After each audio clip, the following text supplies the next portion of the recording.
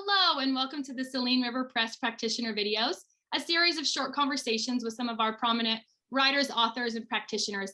Today, we're going to speak with Monica Corrado, the author of the Cooking Techniques for the Gut and Psychology Syndrome Diet. Monica, hello. Thanks so much for being with us. Hello. How are you? Thanks for having me. We're great. I'm great. Thanks so much. We're excited to talk to you. So today, we just want to get to know you a little bit better, and I'm going to be asking you just a few questions to do that. Great. Now, sounds great. Good. The first question I want to ask is just to give us a little bit of a bio, who you are. Let us know a little bit about you and your story. I started about 21 years ago, 20 years ago, when I met, Sally Fallon, now Sally Fallon Morell, president of the Weston A. Price Foundation. And I was asked to start teaching traditional food cooking classes. So cooking classes based on the principles of the Weston A. Price Foundation. Yeah, that's the beginning. And then what else can I tell you? I've done a lot with food. So I owned my own organic and biodynamic catering company. That's at the time that I met Sally. I did prepared foods. I did a dinner service. I've taught at different universities and been on faculty to teach traditional cooking, blah, blah, blah. Been really involved in the raw milk movement. I've been really involved in the sustainable food movement, or food security, if you will.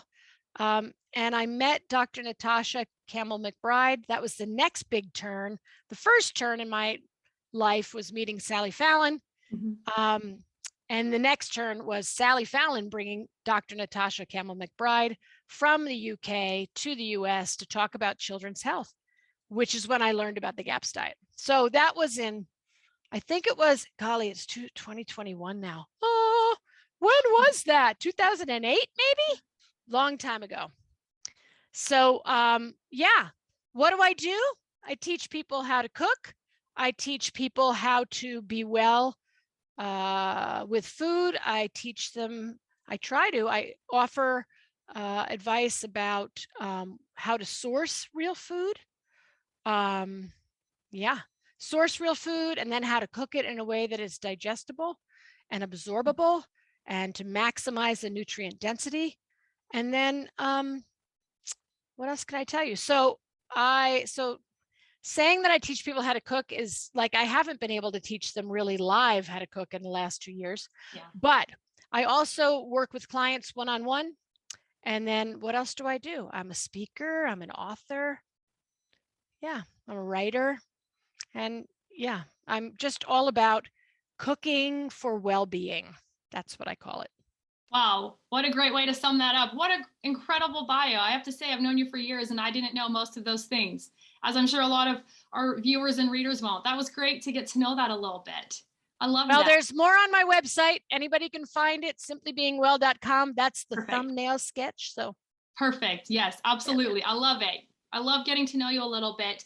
We've talked a little bit about this, but I want to go a little more in depth about what really inspired you to start this career. I mean, you met some people, but you had your catering company before you even met Sally. What inspired you to get started with this entire path your life has taken?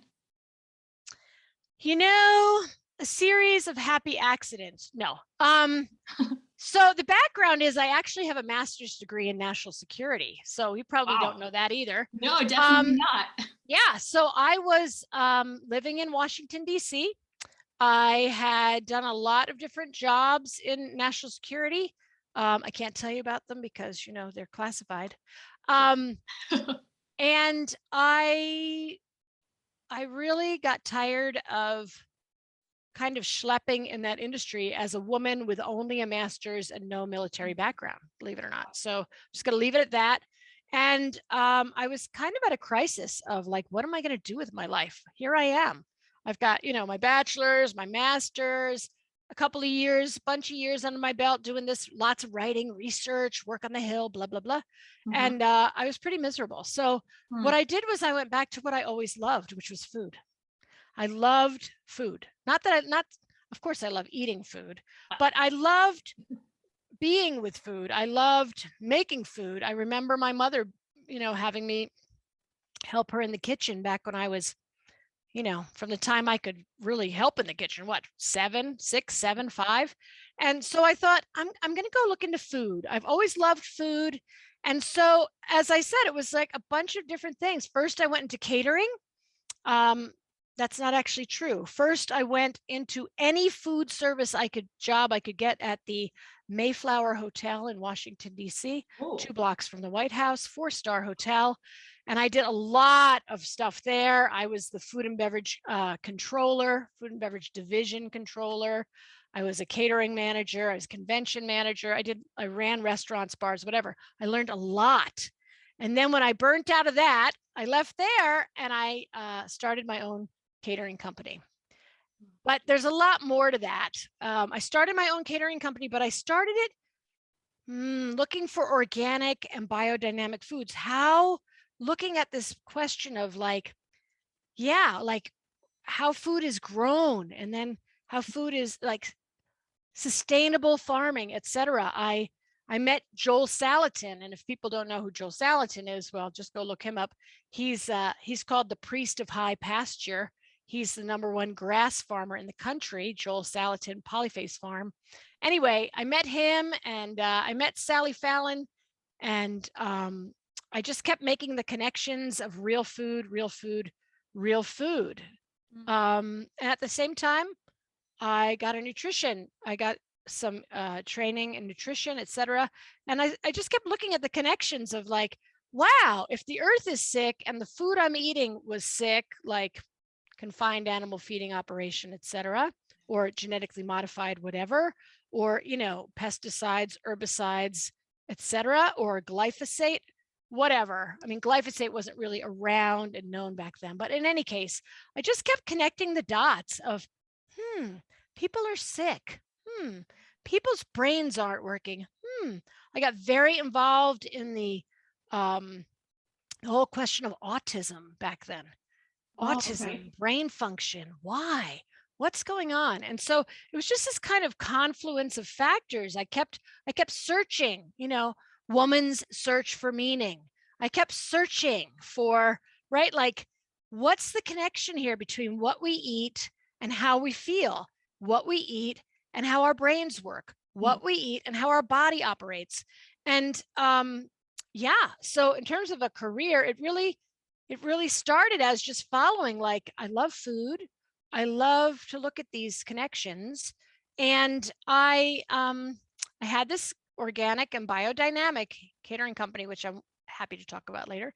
And then I met Sally Fallon, who wanted access to my raw milk share. Now, this is significant because in Maryland at this time, raw milk was illegal. It's no longer illegal anymore, thank God, because of the campaign for real milk. Another story, but it was illegal. So my CSA, a CSA that I was part of, I helped to found. We used to drive to Pennsylvania once a week, pick up our vegetables, pick up our raw milk, drive it over state lines, a felony, by the way, yes. And she wanted raw milk because she lived right over in DC. And so that's how I met Sally Fallon. Really cool. So that just led to a lot of things. And then she knew I had a catering company. So she had the first Wise Traditions conference. The first one was about 19 people in a church basement in Silver Spring, Maryland. And my company, The Basic Feast, catered it. So we catered the first one. Incredible. We catered the second one.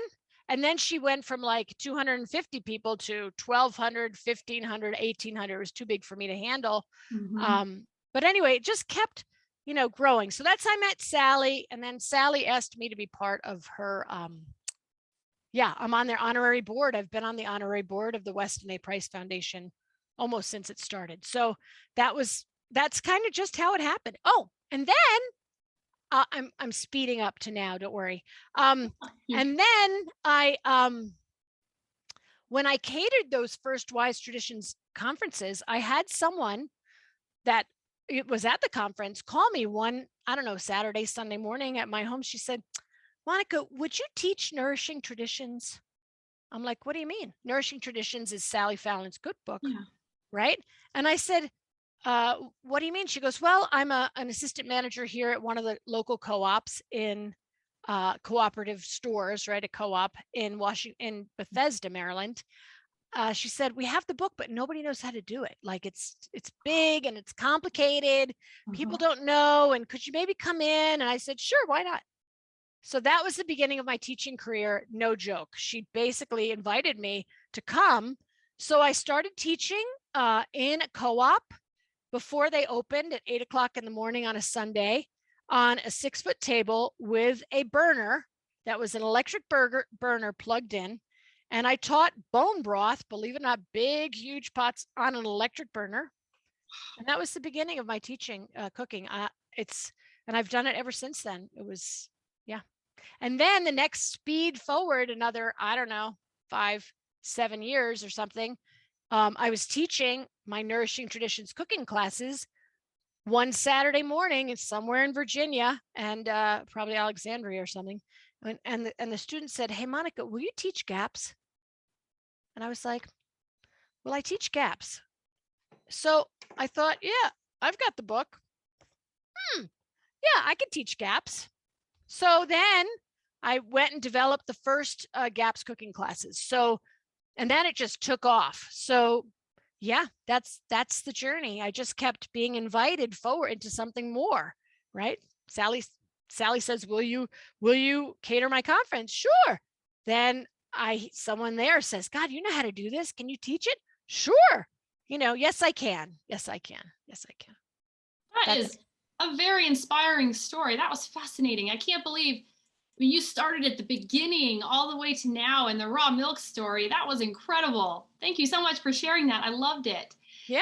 A follow-up question, and you've talked about a few people already, so we can either delve more into them or if there's another person who fits this, but who are your main role models, whether personally and professionally, that have helped you get to where you are? So I don't know about role models. I think that I don't know that I've modeled myself after anyone, frankly. I think I have people that I really admire, and I have people who have, as I said, have really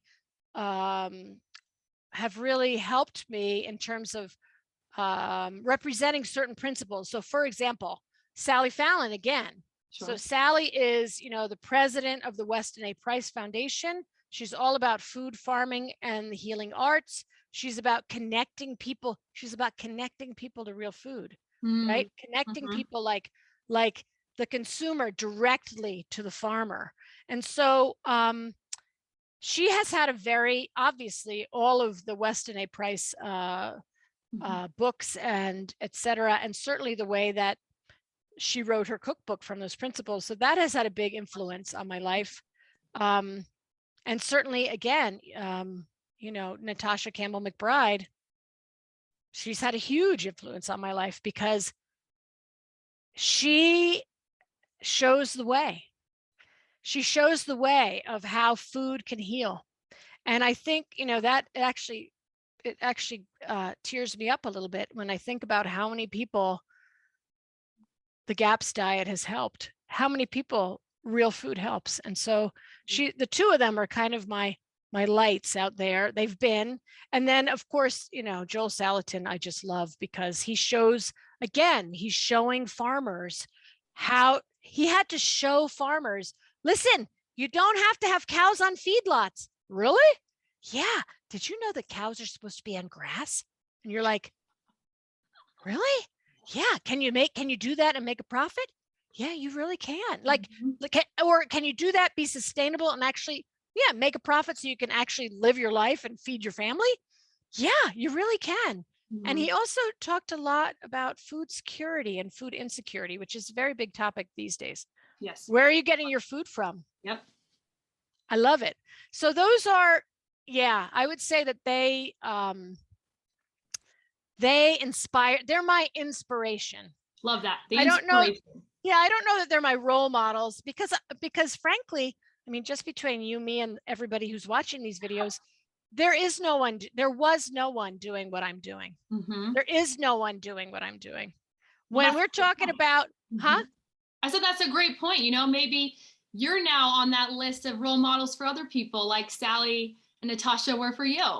Well, I hope so. And that's why I started my Cooking for Wellbeing teacher training program, because people don't know how to cook and because we need more Monicas. I mean, people say it all the time, and I'm not talking about being me, but we need more people who know how to cook this way and who can teach others how to cook this way with ease, with joy, with fun. I mean, that's what we need, you know? So Definitely. yeah, in the beginning, there really were no role models. There was no one doing what I was doing. And in fact, really fun. I should have brought it over for our little interview. So about, was it 11 years ago, I landed on the front page of the Washington Post food section. Front page. The whole front page is my face, which is, look at your face this big, eating, right? I have a chip with salsa in it. And the chip with salsa is fermented salsa. So they interviewed me because at the time they called me the lacto fermentation queen. Mm-hmm. No, this is 11 years ago. No one was doing sauerkraut. No, meaning no one. Of course, someone was, but in general, fermented foods like sauerkraut, kimchi, you know, pickled fermented beets, you know, et cetera, certainly kombucha. All of these things were not on the shelves. Mm-hmm. People thought I was nuts. I was telling them to grow bacteria and eat it. And they're all like, she's crazy, you know? And so the Washington Post did a story on me and what I was doing. And yeah, that was really a highlight. It was really fun to be the lacto fermentation queen, and to really go around and teach people you can make a difference with just by what you're eating. And you can take the power back, take your power back from the other white coats. I'm wearing a white coat, but you know, in terms of health and well-being, go back in the kitchen, and it really matters what you eat. And so that's been my life. It's my mission. I hope I'm helping some people. I know I help people because every once in a while I get a little thank you note. But I really, I know that people can be well. And I know that malnutrition is one of the #1 reasons. Royal Lee said it himself. Malnutrition. People are sick because they don't eat well. They don't eat good food. So, you know, I've been trying to take the guesswork out of what to eat, well, where to source it, what to eat, right? How to cook it, et cetera, et cetera. So, and you know, I'm thinking there's a fabulous book that SRP has, Selene River Press, that Selene Anderson wrote. Put Your Money Where Your Mouth Is. Yes. Is that it? That's it. Yeah. It's a fabulous book. I recommend it often to anyone to figure out what does it matter? What kind of food? How do I make my decisions about food? Where can I find this food? Why does it matter? It's a spectacular book. Really good. Yeah. I mean, preaching to the choir. That is my favorite SRP product. I've read it. I've listened to it multiple times. It's fantastic. Very helpful. Very helpful for just someone who's trying to figure it out. Yep. Right. Which is which is the vast majority of people, for sure. Agreed. Yep. So let's jump into something else you mentioned a little bit ago about your classes. Talk to me a little bit more about your classes, specifically how they're unique or different from some of the other classes that probably are happening now. I mean, you started them, so you were the first before, but now I'm sure there's, you know, many others people could find. But what makes yours unique? Well, me. No, sorry. Wonderful answer. I love it. Well, that is true, actually. So one of the things that makes my classes unique, so one part of the classes that I teach, or some part, are the GAPS cooking classes. So gut and psychology syndrome diet. Sorry. Perfect. Gut and psychology syndrome cooking classes. I'm on Dr. Natasha's teaching team, so I have direct access to her, which would make my classes a little bit more well-informed, if you would, than the other ones. I also teach the teachers, so, you know, that would make it a little bit different. What would make them different? I think my perspective, again, that I've been in the game for a long time, 20 years or more. And also the fact that I have been, certainly for the GAPS cooking classes, I have been a certified GAPS practitioner for many years now. And I've written the curriculum for the GAPS training classes for certified GAPS practitioners and coaches. So I have a little bit more, I guess, knowledge base, if you will, or yeah. In terms of my teaching, my cooking for well-being cooking classes, again, what sets them apart? The reality is, what sets them apart is me. I love it. I love that answer. I mean, it sounds so like, but no, it makes total sense. I love that. Now, you pulled up your book. I love that. I would like you to talk to us a little bit about that and the other products that you have with SRP. Sure. So, and boy, am I blessed to be part of SRP. Let me tell you, I love the fact that I get to be an author for this particular publishing company because of its integrity and the types of books and authors that it carries. So it really means a lot to me to be part of this team. So I just want to give that so it's clear, everybody knows that I'm really, really honored to be part of this team. So I have this book, again, it's the complete cooking technique, it's very long, cooking techniques for the gut and psychology syndrome diet. It actually started as one little book called Meat, Stock, and Bone Broth. And that you'll find the cover of the little book right there. And then we did culturing dairy.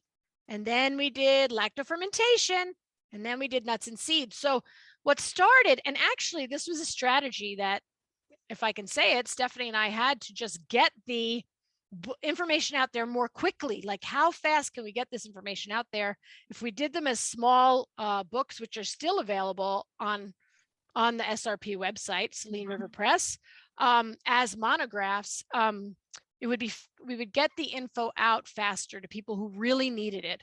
And so we did the first one, the second one, the third one, the fourth one, we decided to bundle them all together as one book, which is the book I just held up, along with lots more information. I called it the Bookend Project, which was all the information you need to know, like, why am I doing GAPS?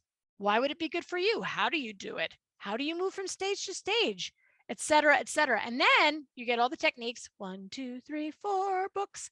And on the other end, you get, how do I get off GAPS? What's the transition diet? What do I do when I'm done? You do Weston Price, Nourishing Traditions, right? That's amazing. Just so everyone knows. So I personally call the GAPS diet a therapeutic diet. It's a healing diet. And the Weston Price diet or Nourishing Tradition is the well diet. Like, now that you're well, what do? Do you go back to eating, Denny's? I don't think so. Or through McDonald's? Maybe not. Hopefully never. So I have that book and I have those books that are available. But the other things that I have are charts. Now, charts. I love to synthesize information. I love to take a lot of information and make it easy and pull it all together, take the salient points, like give it to people so they can actually like use it. They don't want to go, sometimes you just don't want to go into the book to find what you need, right?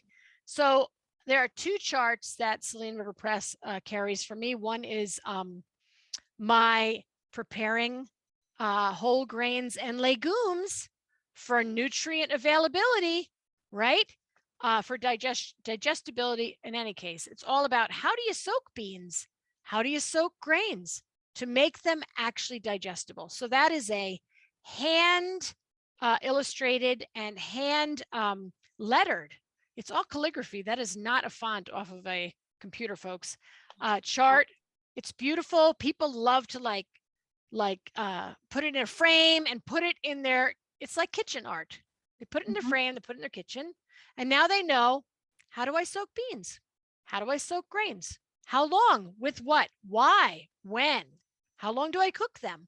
Because, yeah, you don't want to be eating canned beans, folks, for lots of reasons. And you really don't want to be eating grains unless you have soaked them or sprouted them or fermented them so that you're not blocking nutrient absorption in the small intestine. So that's the grain chart. I call it the bean and grain chart for short. And I also have the one, okay, this is where I'm going next. Nourishing Healthy Babies. Love it. So there's a Nourishing Healthy Babies chart. It's based on the principles of Weston Price. How, when, and what do you introduce to children once they're ready to start weaning? And yeah, I say that that's my next work because I really am planning on working on pre-pregnancy, pregnancy, and lactation diet, and helping people really to think about that. It's such a critical thing right now because many of our children, 1 in 3 in America, are being born with, what do you want to say, diseases, some alphabet soup. And it's really going to take an effort by moms and dads and whoever's creating those babies to clean up their act, detox, heal and seal. And I call it get the pantry full up. You have to have nutrients to build a baby. So I'm really excited about that work, which is in progress in my mind. Well, we can't wait for SRP to get our hands on it. And I have to say, I love those charts. Exactly what you said, that it's just, they're beautiful. They're just consolidated. It's right there. It's kind of like you were talking about with Put Your Money, you know, just those easy ways to get that information into us. So there's not so much of the overload of, I don't know how to do all of this. Oh, yes. I can do this. I can follow this. It's just wonderful. And I know it's helped so many people, including me. I have. Great. I love them. Excellent. I'm so glad. Yes. All right. Well, this has been amazing. It's been wonderful to get to know you. I've learned so much and I've known you for years. This has been a blast. Before we sign off, is there anything else you wanted to say? I just want to thank, SRP for letting me be an author, for believing in my work, and for standing by me, supporting me, and getting the word out, for having the same values about nutrient-dense food and clean food and sustainability and things like that. I really appreciate the opportunity to be an author. And to have SRP behind me. So, well, we love that. We're grateful for you. Our authors are who make us who we are. So it's been a wonderful relationship. Thank you so much for this. And thank you so much for your time. Thank you. Okay. All right. Off to the kitchen. Off. Go get cooking.